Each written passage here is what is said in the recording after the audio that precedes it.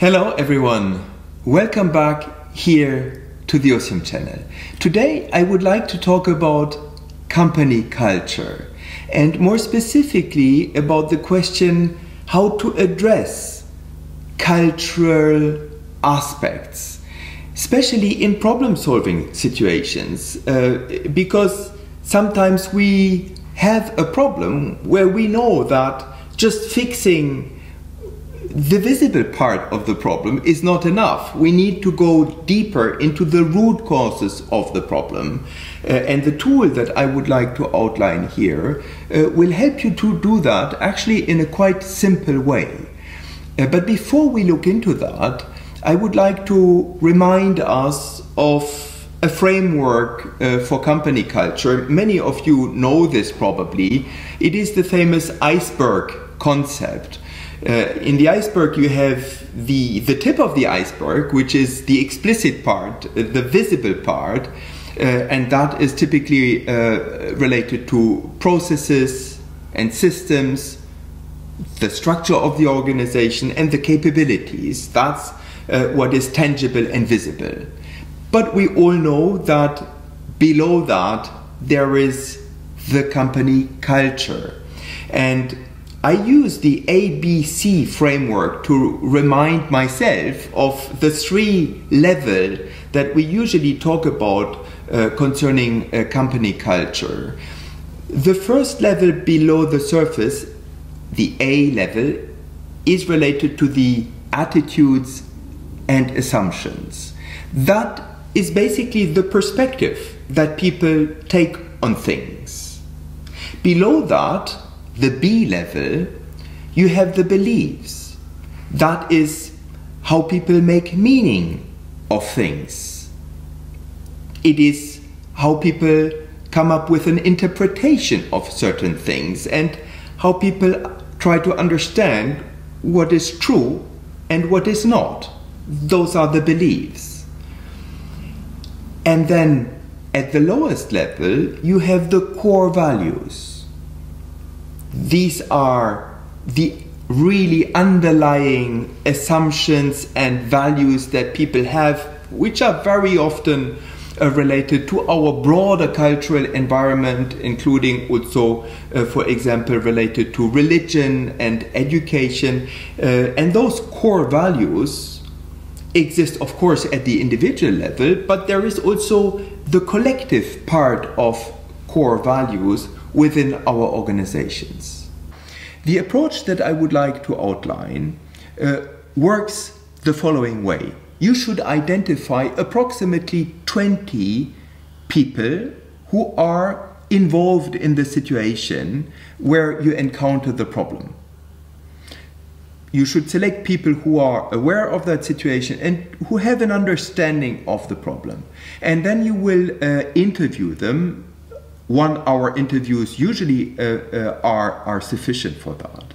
You will first ask them to outline the situation to you and to share with you their understanding of the problem. And then you will ask 3 why questions. This is why this is called the 3 why approach.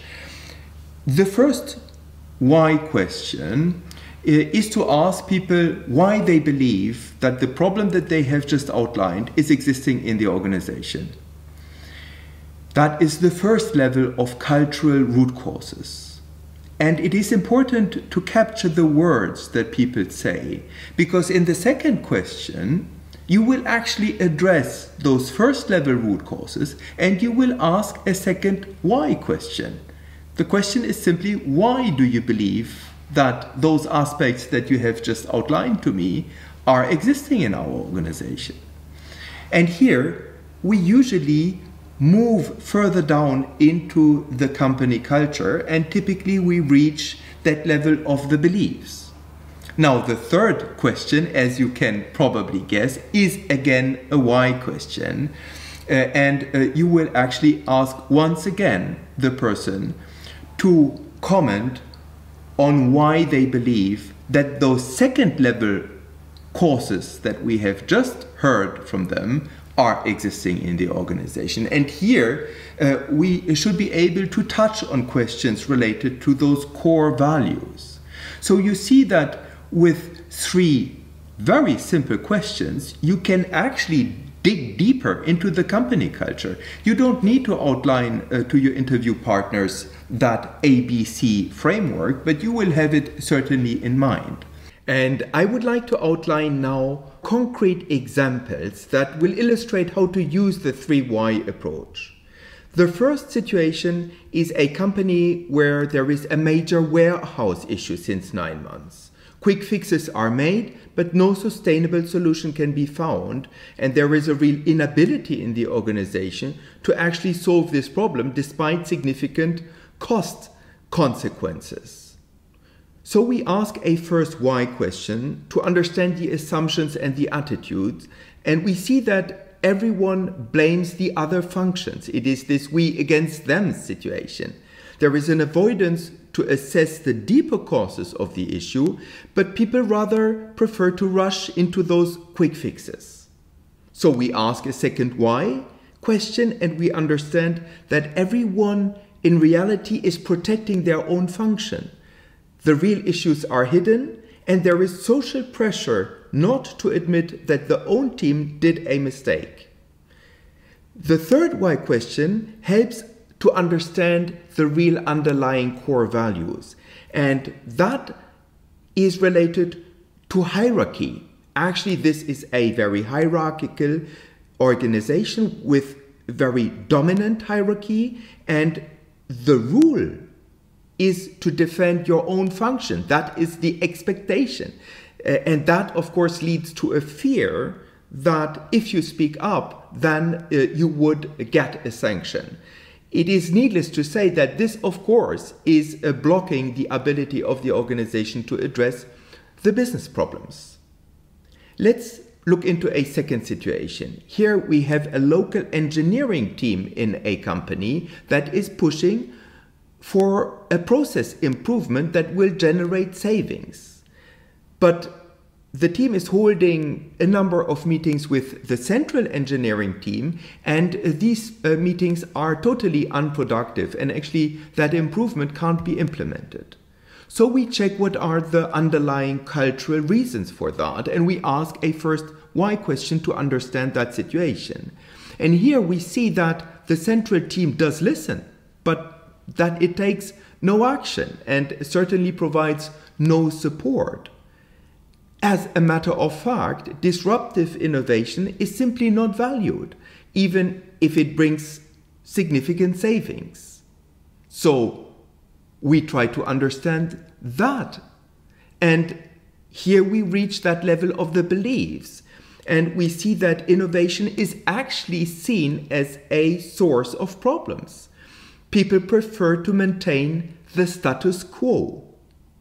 And the third why question helps to understand that in that organization there is a core value that is saying things are good the way they are. It is good enough. There is no ambition to change that. And there is the idea that things should not be disrupted because people actually in reality want to protect their comfort zone. So that, of course, maintains the status quo in that organization. The third example is a company where the business reviews that are held by the regional teams in interaction with the countries are not adding a lot of value. There is a lack of open discussion and a lack of entrepreneurial spirit in those meetings. And so we try to understand the underlying cultural reasons for that, and we ask a first why question to understand the assumptions. And that shows that each side actually defends their position, the region and the country teams, and that people play their roles. The country teams, for example, said that they were keeping the cards in their pockets a bit when, interrogated about why they behave in that way. And so, of course, then you ask a next why question to actually better understand that behavior. And here we reach the level of the beliefs where it is becoming obvious that it's very much a we versus them antagonism in those meetings. It's not one team, and team members actually from the different sides, the region and the country team, believe that they should not challenge their own team colleagues in front of the other team, but rather hold together as a team. And that leads, of course, to a defensive behavior. And so what are the underlying core values? That's what the third question will probably then help us understand. And it is very interesting to see that in the end, people follow certain rituals that are related to their position. That's what people in that organization believe. If I am at country level, then I should behave in that specific way, which is of course revealing a lack of maturity and of ownership, and which is of course inhibiting that organization to have more productive and useful and open and business and entrepreneurially oriented discussions in their business reviews. Now, the next step is of course to share with the organization your findings, and that will allow you to put on the table things that people usually don't see because they are under the surface.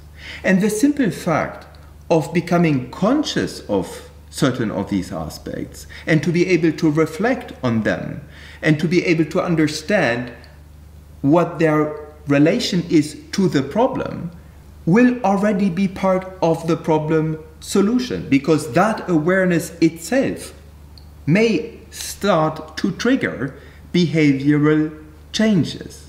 But then of course you will define a more detailed action plan and you will have certain corrective actions. But all of those you will be able to connect them to the cultural assessment that you have done, which will make that approach much more powerful and much more robust, and will actually allow you to enrich the problem solution aspects that are related to the surface to the more deeply rooted cultural dimensions that are related to the problem. I hope that this will be useful for you. I hope that you have enjoyed this video. If it is the case, please don't hesitate to share your comments. Please don't hesitate to put a thumbs up or to share this video. And you can, of course, also subscribe to my YouTube channel for more. I hope to see you soon, and I say goodbye for now.